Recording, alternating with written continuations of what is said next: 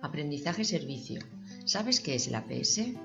El aprendizaje-servicio es una metodología docente que combina un aprendizaje práctico con un servicio a la comunidad. Aprendizaje práctico más servicio a la comunidad, las dos ruedas necesarias en este proyecto docente.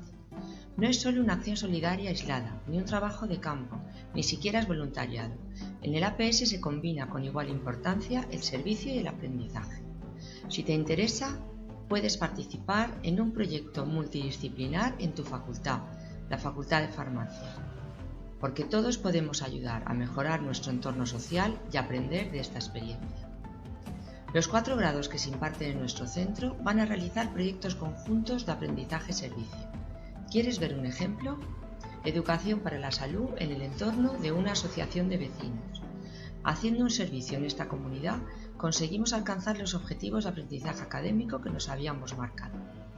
Puedes ver aquí algunas de las posibilidades de cada grado: nutrición humana y dietética, ciencias gastronómicas, ciencia y tecnología de los alimentos y farmacia. ¿Te interesa? Aprender a servir te sirve para aprender. Te esperamos.